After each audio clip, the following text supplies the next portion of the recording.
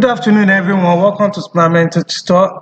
This afternoon, we are going to be talking about another topic. But before I go into the topic, I would like to share some words, be very objective with you. Now, when you look at this particular thing, you know what I have here is you all believe that this is made up of what?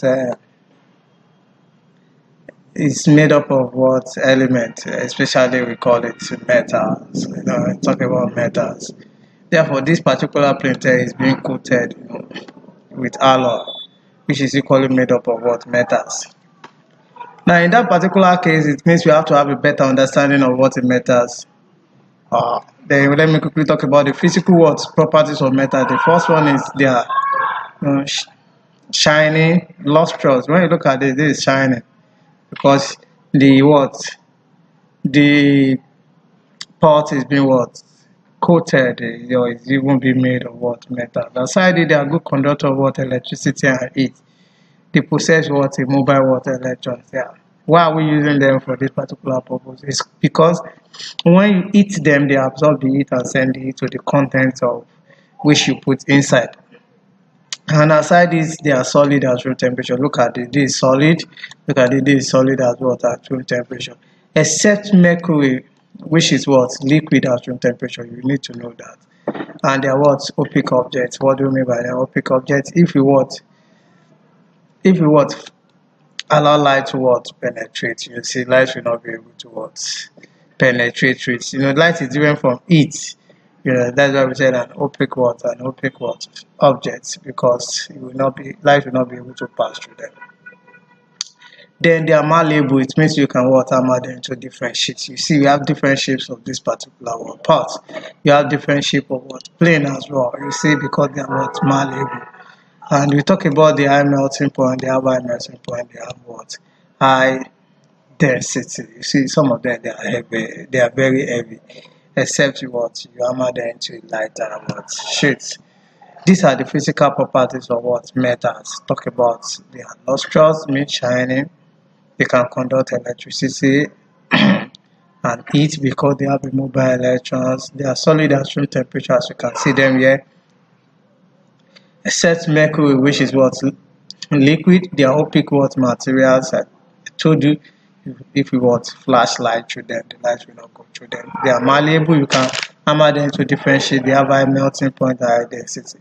Now, let me quickly talk about their chemical properties. For their chemical properties, they are easily corrodable. I've told you, when you have iron and moist air, they are corrodable. When you have iron in moist air, what are you going to have in moist air? Moist air. We're talking about the two factors of that corrosion is water and air. Then when you have this corrodable, what happens to them is going to form what we call Fe.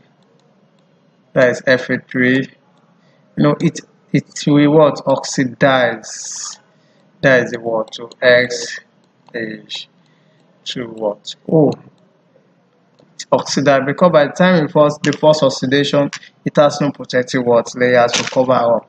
Then it will undergo a further oxidation from iron 2 to iron 3 and begin to open up. That's what we mean by that. Easily corrodable. And aside that, they can lose electrons. Say metals, they are a good reducing agent because they can lose And when they say good reducing agent, means they undergo oxidation. And what is meaning of oxidation? Loss of electron. Therefore, what we're saying, they are very good reducing agent because they can easily lose electron. In this particular case, you have sodium. You have sodium plus E minus to form Na plus. What has happened? This 2, 8, 1. It has lost electron to become 2, 8. You see the issue. Therefore, this is what they normally do. You need to understand. And they form a basic oxide. And a good example, when you have sodium reacting with oxygen, from sodium oxide. And this sodium oxide, by the time you dissolve it in water, it's from a base. Therefore, we call them basic oxide. They have low electronegativity. Wow, fine. They have a low electronegativity. That's why when you have them look at this, when you have them with sodium chloride, what happened? the electron density will move towards what? Chlorine, because of their low electronegativity what value, to make them to have plus and then chlorine having what? Minus. Yes, they have low electronegativity value. These are things that you need to know when it comes to what metals. I've told you the first one is corrodable. The second one, they are very what strong in using a gen, they easily lose the electron. 3, they form basic oxide. 4, they have what low electronegativity what value. Okay, these are things that we need to know, and these are the products of metals we are talking about. Then let's quickly move to the next one. Okay, then probably I talk about non-metals, because these are the things that we need to know for you to understand it better. Non-metal we normally have them as gas. That's why this is a cylinder. This cylinder, this is to measure the pressure of the gas inside this particular cylinder. It should be higher here because the particles are much. When they are much, the rate of colliding will be higher, and the pressure the what starts will be very very high, like this, and it should be very very minimal. In that particular case, what happened? They are what poor conductor of electricity and what heat, poor conductor of electricity and heat. I even say no conductor of electricity and heat. They don't even conduct electricity. They are not what ductile metals. You don't see them shining, especially if you have some of them liquid or gas or liquid or gas or solid. They are pretty talk about this. Maybe solid, liquid, or what gas at room temperature. We give examples of this particular thing. Then you need to know that they are non-sonorous. They don't shine, and they are what transparent. You are fine transparent. Then when we talk about the chemical properties, these are the physical properties. Poor conductor of electricity and heat, not ductile metals. Brittle solids, they don't shine at all. Maybe solid, liquid, or gas, or like that one that is only solid. The only one that is liquid there is mercury. These can be solid, liquid, or gas. At room temperature, they are not sonorous. Fine, they are transparent. These are things. The chemical property. When I talk about chemical property, they easily lose what or gain valence. They easily lose or gain valence electron depending on the condition. Therefore, in this particular case, what is happening here? When you have it here, somebody will have told me when you have it this, when you have it as Cl minus, you have it as Cl minus, to give you, look at it, this Cl2, because they are always, majority of them are gas, then 2E minus. What you have seen here is, what you have seen here in this particular case, minus 1, here is what? 0. What has happened? When you look at your graph, like you have 0, you have what? You have minus 1. You see, this increase in oxidation number, and when you have increase in oxidation number, you are moving from minus. Increase in oxidation, there is oxidation, doesn't mean what electron. Oxidation means what? Losing of electron. Therefore, in this case, it's losing what? 2 electrons. It's losing what? 2 electrons from what? Minus 1 to what? 0. By the time you balance up, if I put 2 here, the charge here becomes what? 2. Why does it become 0? To balance up with this particular charge, that's why I needed to add what? 2 here. Therefore, in this particular case, we need to understand the increase in oxidation number is what? Oxidation. While decrease in oxidation number is what? Reduction. They form what? Acidic oxide. Under the property, they form acidic oxide. The example is you have carbon being non-metals. You wear them with this.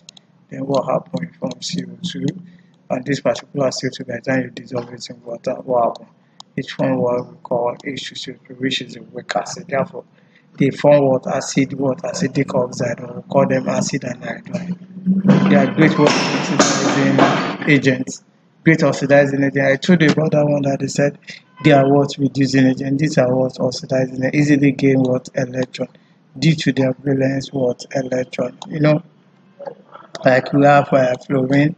Fluorine here is what? 9. And when you have fluorine here is 9, you have 2 what? 7. In this valence electron, in this particular valence electron, you have 1, 2, 3, then you have 4, 5, then 6, and what? 7. Yes, the electron affinity here is so high that any electrons that are they will what? Attract it to have a complete octet electronic configuration. Therefore, in this case, we see they are what great oxidizing what agent. When we were oxidizing, their ability to gain electron, and they have their what high electronegativity what element. That's why I explained before that when you have this, and then you add a plus what okay, you have this and what you have Cl. And there are two electrons that share here. This electron will go to what? Chlorine to have something like this. And what has happened here? It become minus, why this one become what? Plus. It means what has happened here is because of the electronegativity value of chlorine, it has attracted the electron from sodium to itself and becoming what? Minus. While sodium that has lost electron becoming what? Plus. These are the fundamental things that is going to help you to understand what we want to talk about. Therefore, what are we going to talk about? Yeah, let's see what we want to talk about. Quickly see what we want to talk about. Okay. We'll talk about this now. Our behavioral objective. Okay. Yeah, the topic is now what? Electrolysis. That's what we want to talk about. Therefore, the behavioral objective, student will be able to distinguish between the electrolyte and the non-electrolyte, weak and strong electrolytes, conductors and non-conductors by electrolysis. Though a simple electrolytic cell, this factor that affect, they should be able to do is what? Factor that affect pH and discharge of ion, then they should be able to determine oxidation and reduction. Then they should be able to write outside what reaction for both oxidation and reduction. Then determine the product at both sides of the reaction. Then state both first and second law of electrolysis. And list, they should be able to list the uses of what electrolysis. And aside this, they should be able to demonstrate the application of what of the process. These are things that we are going to learn as we move on with the what with the topic. As we move on with the topic. Okay, now let's quickly talk about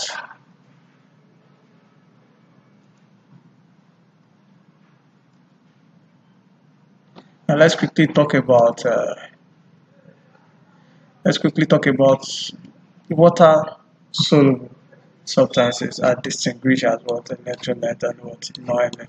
What are what soluble substances? You need to know that all substances, not all substances are soluble. The only one that are soluble is what we want to talk about. But therefore, the one that are soluble can be distinguished. The one that are soluble can be distinguished as electrolyte and non-electrolyte. Therefore, when we are talking about electrolyte, what do we mean? Electrolyte are substances that form ions in solution. When in solution, which conducts water and electric current. Are substances that form what ion in solution, which conduct an electric current. Example is sodium chloride and potassium chloride. We have copper 2 tetrasulfate 6. We have potassium Charles nitrate 5. These are all water electrolytes. And what happens when you put them in water? It turns into what K plus and Cl minus. And because it splits into ions, these ions begin to move in the solution and thereby conducting water. See, the bulb here is what bright because the solution can conduct what electricity. And when you have a strong electrolyte, automatically it's going to have a high conductivity, which automatically makes the light of more brighter. Bright. Now, when we talk about non-electrolyte substances which furnish what neutral molecules in solution, their water solution do not conduct electricity. Why? Because there is no mobile water electron. When you're talking about non-electrolyte, there are just substances that cannot be dissolved. But if you put them in water, what happens? They will not turn to ions. And when they don't turn to ions, then there is no how they can conduct electricity. Wow, fine. They will get dissolved, but when they dissolve, like sugar now, fine. Sugar can dissolve in water, but the issue is it's not separating into what ions. Once it's not separating into ions, then we now have a tendency to what? Look at the molecules. The molecules are not separated. Though it's soluble in water, but the molecules are not separated. Because the molecules are not separated, then there is no how you can conduct electricity. Likewise, alcohol, then glycerol. Then begin to imagine why are they so? Because talk about covalent molecules. We talk about covalent molecules. Some of these covalent molecules are polar, meaning they are soluble in water. But actually, when they are soluble, that does not mean they can still conduct electricity. Because when they are soluble and the ions from them are not separated, then there is no how they can conduct electricity. And that is what is actually happening.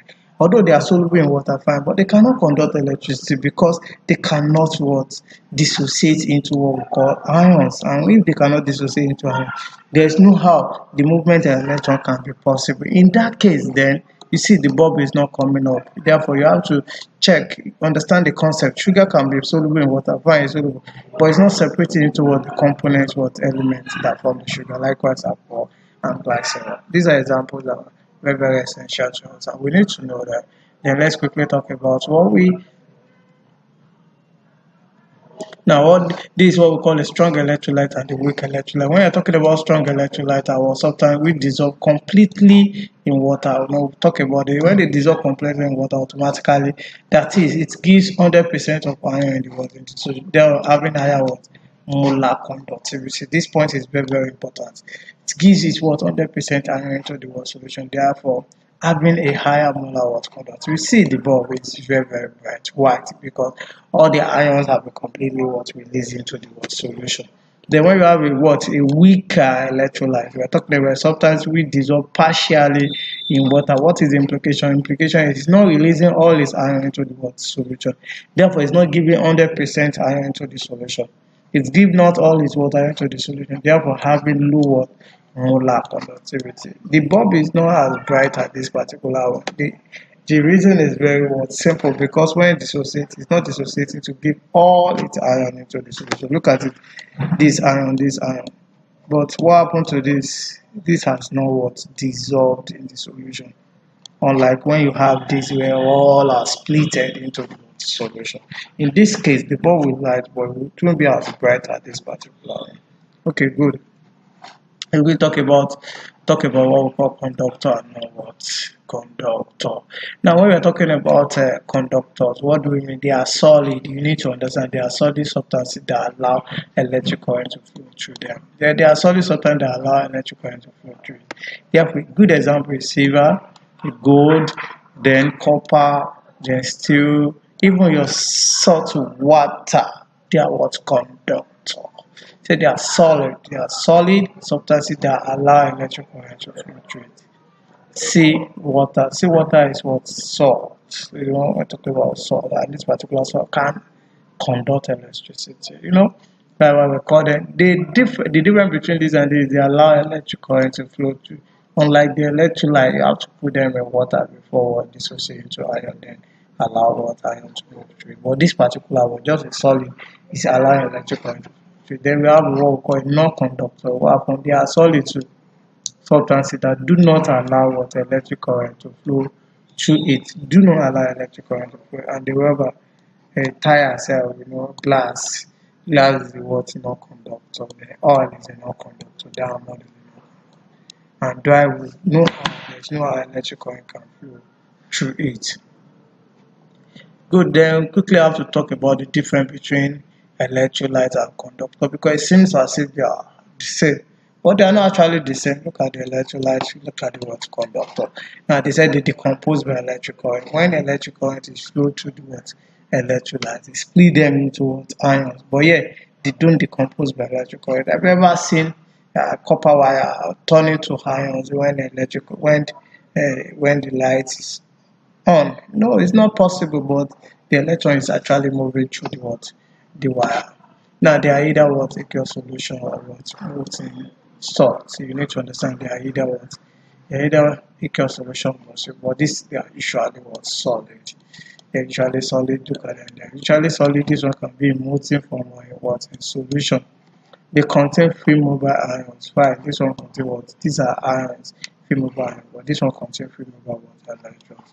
It is the electron that is moving through the conductor, while this one is the ion that is moving through the solution.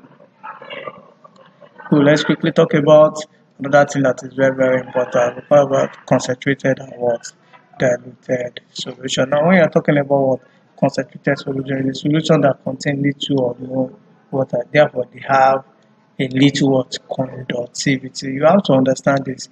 Concentrated, it has little or no water. Therefore, when you have little or no water, automatically the ion that you're going to have is going to be minimal. Little conductivity, because the ion they are only concentrated at the center. They are not allowed to spread through the solution. When when passes through what any substance it become what charred or burnt. That is the problem. Look at it. Therefore, yeah, see, when it passes through any substances, burn the substances or become charred. Why? Because here at a particular what place, the ions are being concentrated. In that particular case, we're talking about conductivity, we're talking about ability of this particular ions to move around the solution. In that particular case, their conductivity will not be as high as when you have it in diluted solution. That's very important. Look at the diluted solution. It's a solution that contains a percentage of water. Good. Then what happened there? We're having what? Higher what? Conductivity, because be able to move around the whole solution and pass it through what? And so it become what? Change. It will change the solution.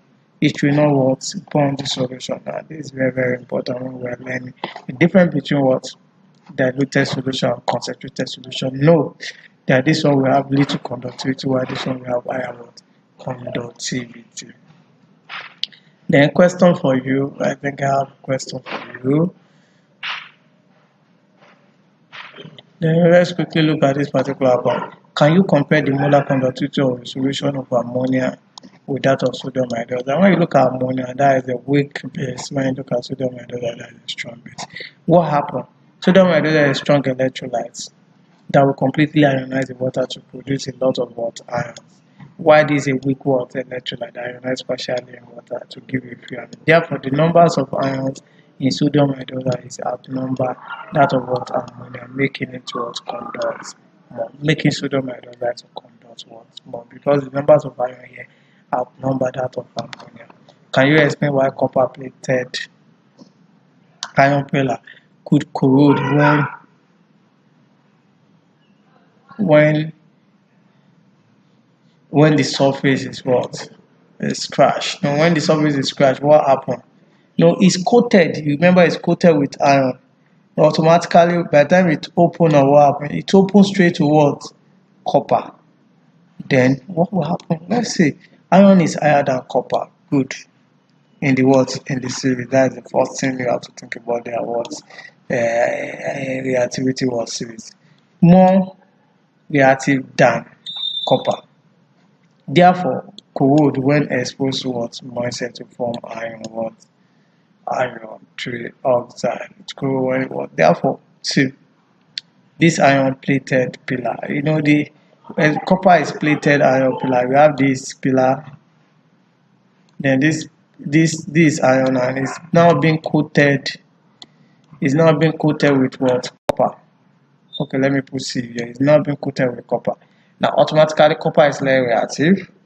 Therefore, when exposed to air, it will not easily corrode because it's less reactive. But by the time you open up this place, what happens? Then the iron will be what? Exposed. Once the iron is exposed, because the iron is higher than the copper in the electrochemical series, and the reaction of this one will be more this iron will be more reactive than copper. The moment it is exposed, what happens? It corrodes because it reacts with moisture to form iron trioxide. Good. Then this is the table. You can watch out the table. Talking about iron and talking about copper. Look at it. Look at where the iron is. I mean, this one is more reactive than this. Automatically, if you coat this with this, it will protect the iron. But the moment you open up, what happens? Iron get corroded. Then in this particular case, you can learn more about. They're talking about the reaction with dilute acid. You know, from here, to this place, what happened? All these elements here, what happened? They produce what? Hydrogen gas with what? Vigor, decreasing vigor, becoming, let's say vigor turn into from liquid to semi-liquid in that particular order. Then what happened? Reaction with what? Air or oxygen. They burn brightly and vigorously, especially this and this. Then burn to form oxide with what? Decreasing vigor. Then from here, this one begins to form what? Oxide with what? With decreasing what? Vigor. React slowly to form oxide. This one downward, react slowly. Then this one from here, you need to understand that they do not react at all with what? Air. From here to here, they don't react with what? Air. Then you can study the table as well. Reaction with water. Produce hydrogen gas with decreasing what?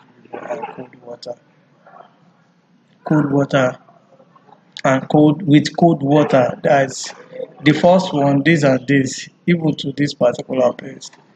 Okay, look at this. The two here, what happened to them? They produce hydrogen gas with decrease the water. When we have cold water, automatically you can react say potassium and sodium with cold water to liberate hydrogen gas. But for calcium, what calcium and magnesium, you can react them with steam to produce what? To produce hydrogen gas. Then downward, they do not react with cold water. Downward, from here to this particular place, what they don't react with what? Cold water or steam to produce hydrogen gas. This table is very important. Then when you now move, okay, from that this downward, don't react with that. Then difficult to what extract automatically the potassium and sodium they are very difficult to extract. But when it starts coming from calcium downward, they are very easy to what extract. Found as a water element. Then when you look at from this particular one downward, find them as what? Elements in nature. These are things that you need to understand. You can still get more of this particular table from your table. Make sure you study them. Good for you. Okay, I have another question for you. Now let's quickly talk about the question that I have here. Can you explain why dilute what? HNO does not work like with hydrogen gas when it reacts with what? Magnesium. Look at it. This particular one, you need to understand the nature of this an oxidizing agent. And any hydrogen produced is oxidized to water. We even call it acid anhydride. It's very funny. Be an oxidizing and reducing agent. This particular HNO2 behave abnormal. Therefore, you need to know, call them acid anhydride. Therefore, in this particular case, why does not liberate hydrogen? Because by the time it liberates hydrogen, it will oxidize the hydrogen to water. See, hydrogen has been formed. You will think it will stay. It will not stay. It will not oxidize it to water. That is the power of HNO3. Can you explain why colorless concentrated HNO3 turn yellow? She's talking about the HNO3. Wow. Colorless or concentrated turn yellow. Yes, concentrated HNO3 slowly will decompose and release prompt, which is NO2 gas, which dissolve in the acid to give a yellow color. You see, it will dissolve again in the acid to give a yellow one. Dissolve in the acid to give a yellow color. That is why a colorless concentrated this will turn what yellow when you leave it for a while. Why? Slowly decomposes. When it decomposes, automatically it's going to release what? NO2 gas. And this NO2 gas will dissolve in the acid to give what we call a yellow color. Now, why does copper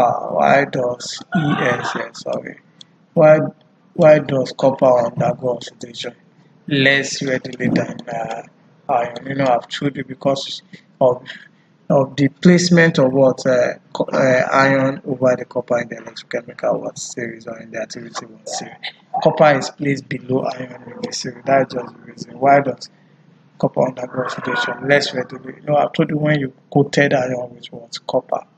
Because copper is less reactive due to the position of copper in that particular activity series to make it to be less reactive. Meanwhile, by the time you open up and you see iron outside, it corrode easily and make it worse. And that's just it. The copper is placed below iron in the series. The series that I showed you before. Please, you can still learn more about this particular series. Now let's quickly talk about electrolysis. Now let's quickly talk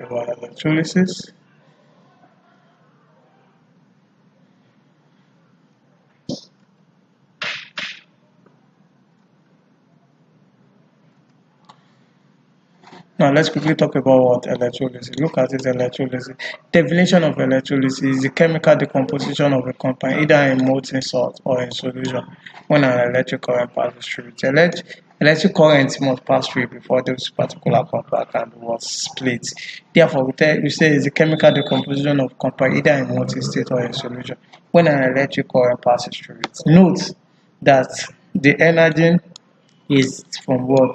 Electrical energy to what? Chemical energy, because you are supplying what? Electric current. Convert from electrical to what? Chemical. Anode is positive electrolyte and it attracts negative ions called what? Ions. They have excess electron to be lost at the what? Anode. Therefore, electron is being lost at the anode. That's where the oxidation takes place at the anode. It's moving out. Electron is at the right with the what element, while the anode is at the what right side. Look at it on the right, what is the electron always losing electron. It's losing this particular what electron to form what chlorine. You have to form a chlorine gas. To put two here, I have to put two here, put two here.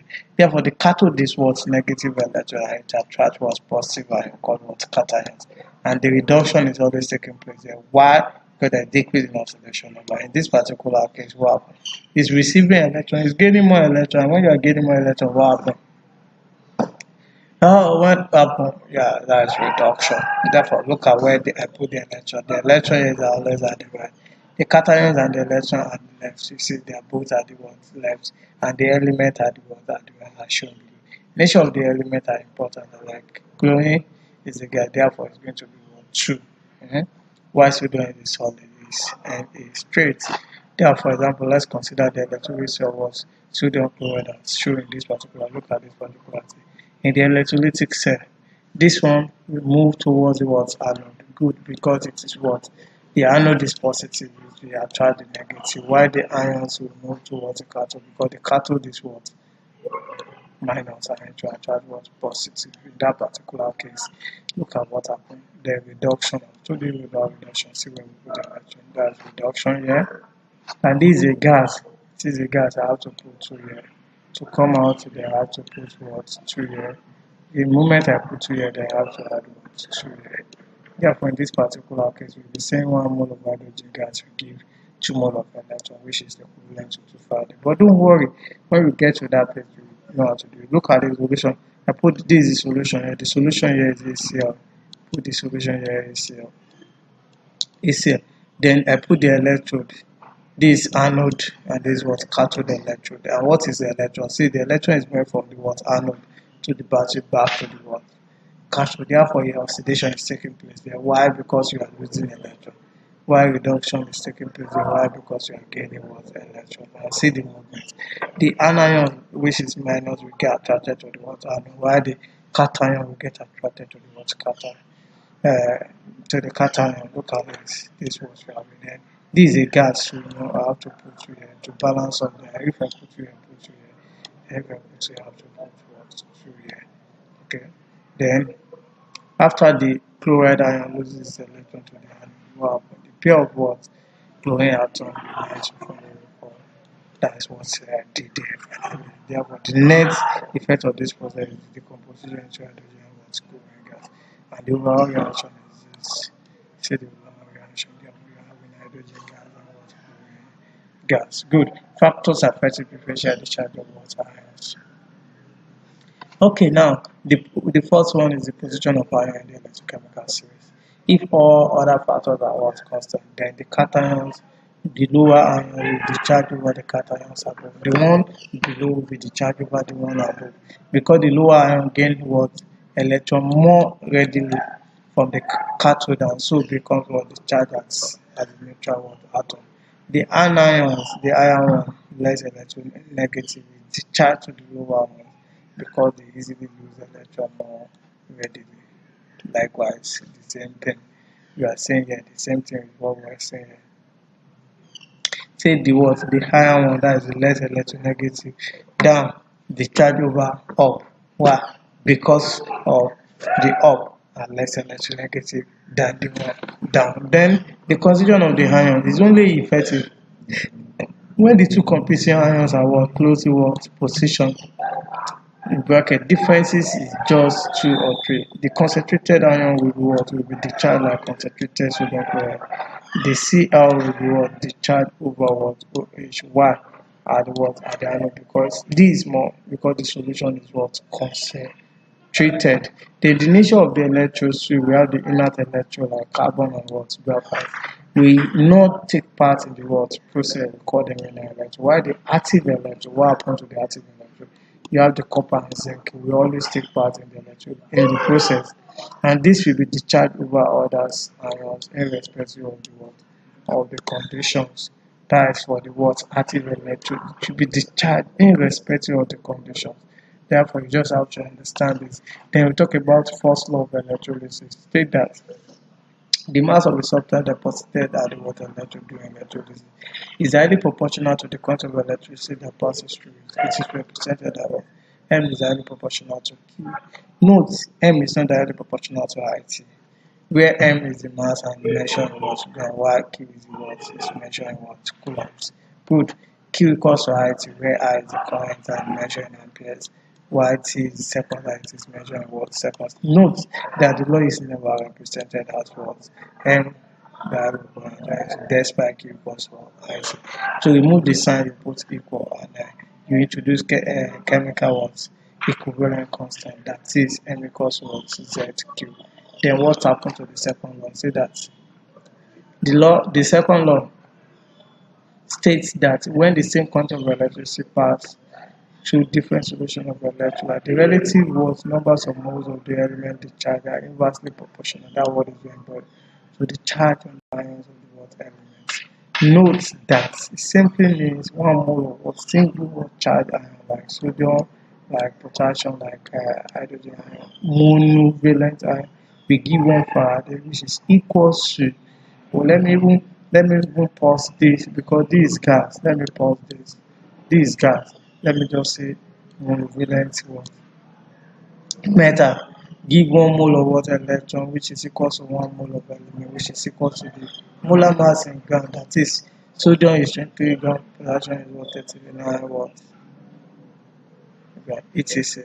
And it's equivalent to what Avogadro's what number. 1 mole of divalent element, you see, for 1 mole of divalent element, what equals to 2 farad because here you have what 2, and it equals to what 2 mole of electrons. It's only that equals to what 1 mole of what the element, which is equivalent to the mass of that particular element. Okay. Now it can be what's calculated. How can we calculate? That is the first law can be calculated. The quantity of energy that passes through the work process by Q equals to IT. If time is given like an hour, you convert it to second, multiply by what? 360, 3,600. 3,600. Therefore, wow, Q equals to what? 3,600 what? I, because we don't know the value of what I. If given from the question, then the current, say 5 watts, then the time is not given, then Q equals to what? 5 what? T. Because you are giving current, you are not giving time. Finally, for coulomb, if you are giving both, say this and this, then what happens? Q equals to what? IT. Then it will be 5 times what? 3,600, and that will give us what? 1,800 watts coulombs. So this one too will be coulombs. This one too will be coulombs. Then this one too will be what? Coulombs.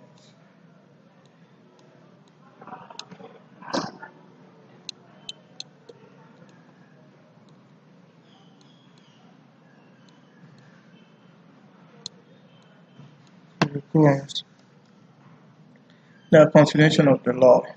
The second law's application periods. Okay, let's quickly talk about this knowledge is there.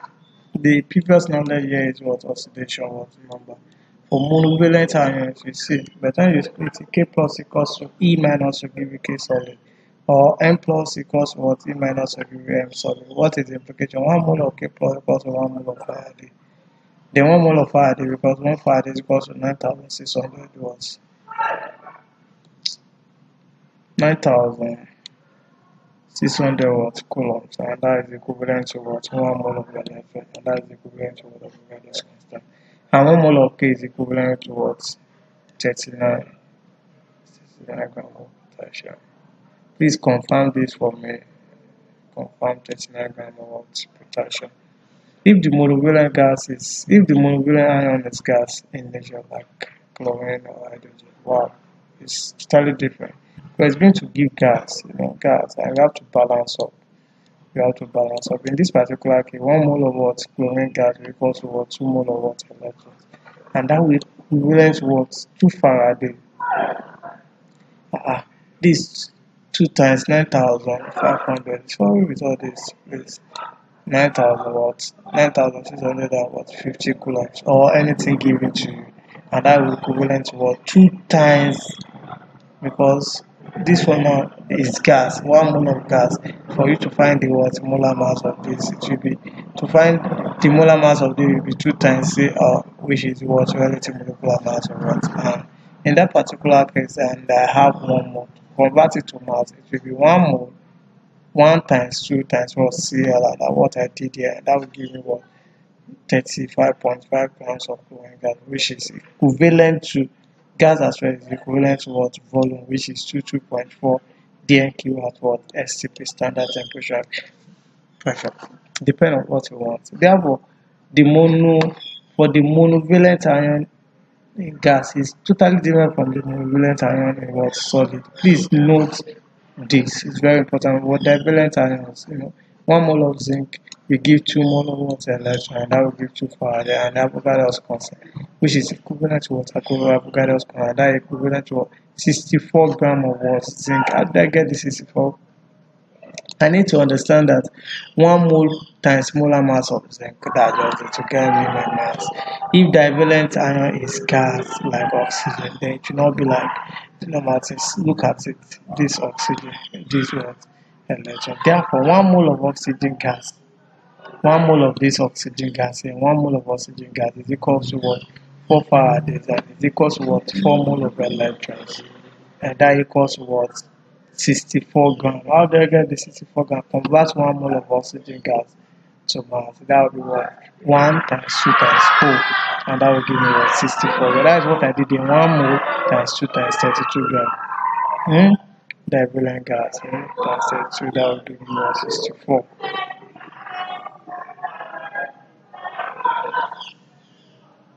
That will give me what 64. Molar mass of oxygen.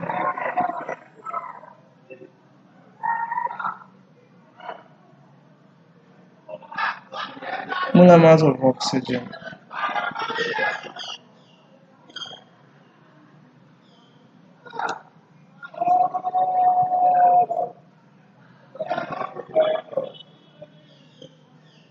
Okay, please confirm this for me as well. You have 1 mole times 2 times what 32 grams, and that will give me 64 grams. Okay, right with this. I need to know the molar mass of what? I need to know the molar mass of oxygen.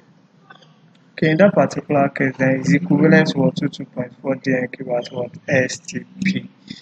Okay, now you can do what you can do with this question, with these equations. From this particular equation, this is what we can do. Mass from the equation equals to what quantity of electricity calculated from the equation. You need to know that the mass from the equation is equivalent to Faraday go from the equation. So then you can equate them to get anything you are looking for. Another thing is mass of electron from the questions is equivalent to quantity of electricity calculated from the questions. And that will equal to what mass of what from the questions. Everything is question. You can relate it. You can equate any of them. Then the mole of electron from the question equals to Faraday from the what equation. The mole of electron from the equation equals to what Faraday's from the what equation, which is equal to mass from the equation. To calculate the volume of the gas given out, the fourth thing is to calculate the quantity of electricity from the what question using Q equals to what IT. Then determine the volume of this quantity of electricity at STP by equating 1 mole of what of the gas equals to Faraday of the gas from the equation, and it is equivalent to what 22.4 dnq at STP to the quantity of electricity calculated from the what questions, and you can equate it to the volume to be calculated at STP. The volume calculated is just the volume of the gas at STP. Now to calculate the volume, use what the general gas water equation. The one you just calculated is the volume at STP. Now calculate the volume of the gas, use what general gas equation. But remember that the volume calculated at STP is P1. Therefore the P1 will be this, and the T1 will be what? This. Wow, okay. Let's solve this particular question. There is 0.197 gram of copper is deposited by a current of this. ampere in what? 50 minutes. What is the electrochemical equivalent of the copper? The solution here is we are given T, you have to convert it to seconds. You multiply by 60 to give you what seconds. We are given what I. Then quantity of electricity according to the first power of the law equals what IT. Then when you do that, what happens? You have it as what 600 coulombs. Then the amount of copper deposited by this is equal to what? By this is equal to 0.1978. Now, amount of copper deposited by 1 coulomb. Then what will be equivalent? Amount of copper deposited by 1 coulomb should be this one by 1 coulomb, 0. gram.